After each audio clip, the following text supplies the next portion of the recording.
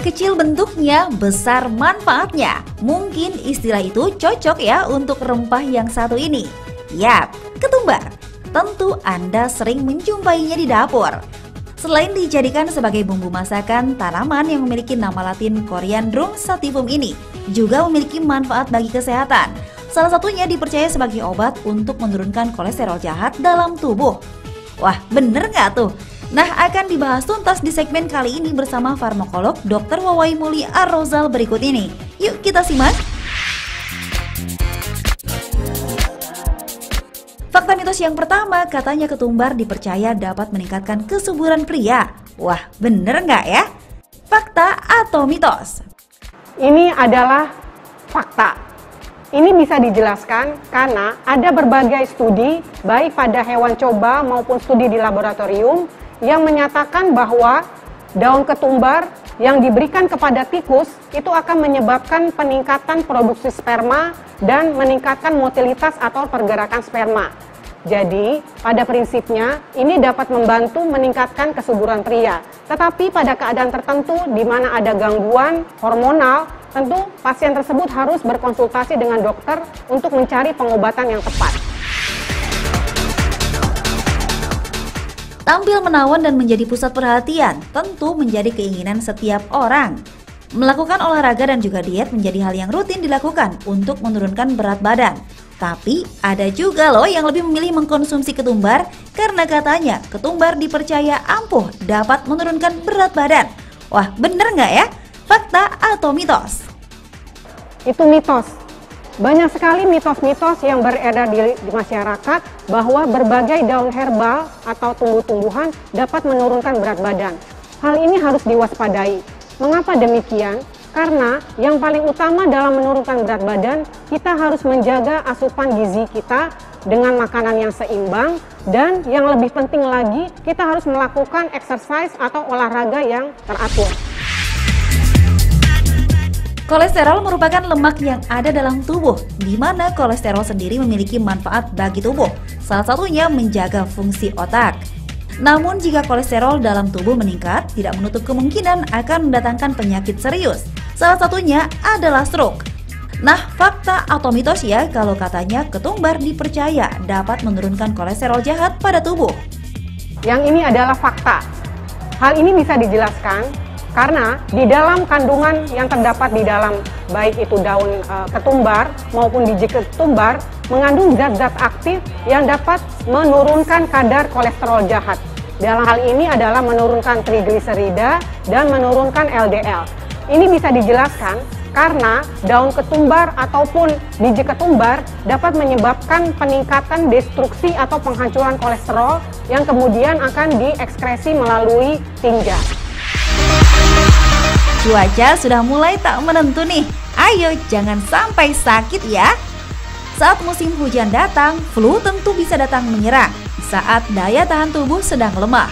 Istirahat yang cukup dan mengkonsumsi obat menjadi hal yang perlu dilakukan. Fakta atau mitos kalau katanya ketumbar dapat digunakan untuk mengobati batuk dan pilek? Yang ini bisa dibilang fakta. Mengapa demikian?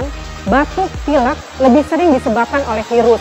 Kita tahu bahwa virus dapat sembuh sendiri dengan mengandalkan daya tahan tubuh kita.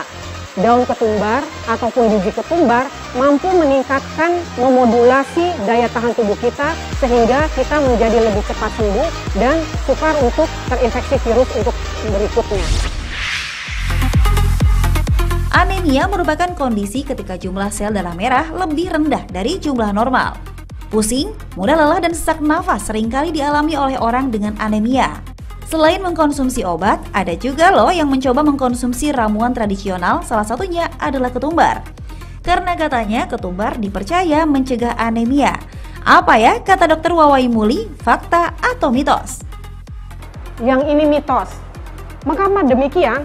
Meskipun di dalam daun ketumbar ataupun di dalam biji ketumbar tergandung banyak Fe atau zat besi, tetapi kandungannya hanya sedikit, tidak cukup untuk memenuhi kebutuhan zat besi di dalam tubuh. Kita menganjurkan bila pada orang-orang yang membutuhkan Fe yang cukup tinggi, bisa dikonsumsi oleh sayur-sayuran atau buah-buahan atau protein hewani yang lebih banyak mengandung zat Fe dibandingkan dengan daun ketumbar.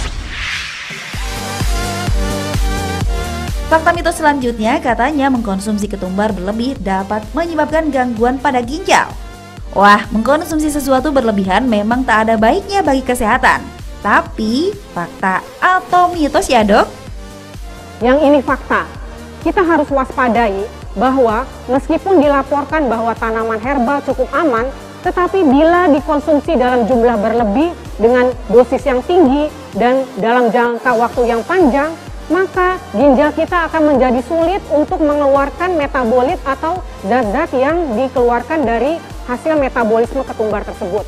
Apalagi kalau memang kita mempunyai gangguan fungsi ginjal, kita harus membatasi daun ketumbar ataupun zat-zat herbal lain karena berpotensi dapat menyebabkan kerusakan ginjal lebih lanjut.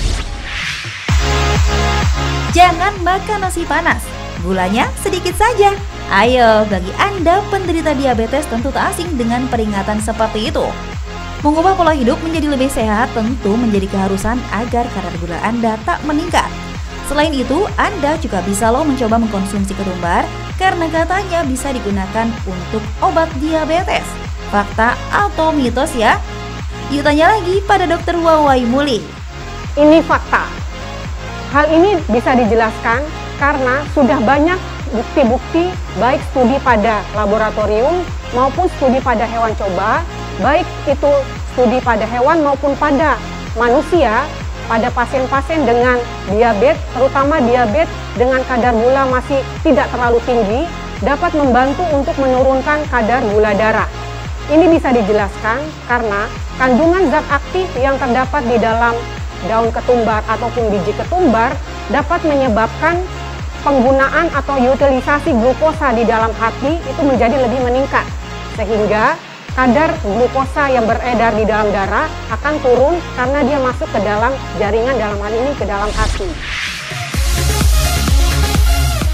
Pemirsa, bagi Anda yang ingin mencoba ketumbar untuk manfaat kesehatan, coba simak dulu tipsnya berikut ini. Untuk mengkonsumsi ketumbar, kita bisa menggunakan dua cara. Cara pertama yaitu dengan menggunakan daun ketumbar, dan cara kedua adalah dengan menggunakan biji ketumbar. Untuk menggunakan daun ketumbar, sebelum diolah, sebaiknya daun ketumbar dicuci dengan air bersih, kemudian direbus dengan 1 liter air, kemudian ditunggu sampai mendidih, dan disisakan airnya lebih kurang menjadi setengahnya. Lalu, air rebusan tersebut disaring dan dikonsumsi sebagai teh.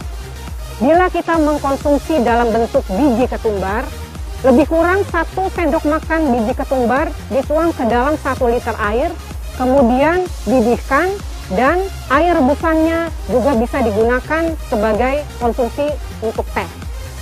Yang perlu diingat dalam mengkonsumsi ketumbar, yang pertama, tidak dianjurkan untuk mengkonsumsi ketumbar pada anak di bawah umur 18 tahun. Kemudian, tidak juga dianjurkan dikonsumsi pada ibu hamil maupun menyusui. Dan bila ada riwayat alergi, sebaiknya kita harus menghindari penggunaan daun ketumbar karena ada berbagai laporan yang menyatakan ada orang-orang yang sensitif atau hipersensitif terhadap penggunaan daun ketumbar yang justru menyebabkan iritasi saluran cerna. Konsumsi yang ideal dalam hal mengkonsumsi ketumbar adalah paling banyak 1 atau 2 kali sehari dan dianjurkan tidak lebih dalam 3 bulan. Bila setelah 3 bulan gula darahnya tetap tinggi atau lemaknya tetap tinggi, tentu kita harus berkonsultasi kepada dokter untuk mencari pengobatan yang tepat.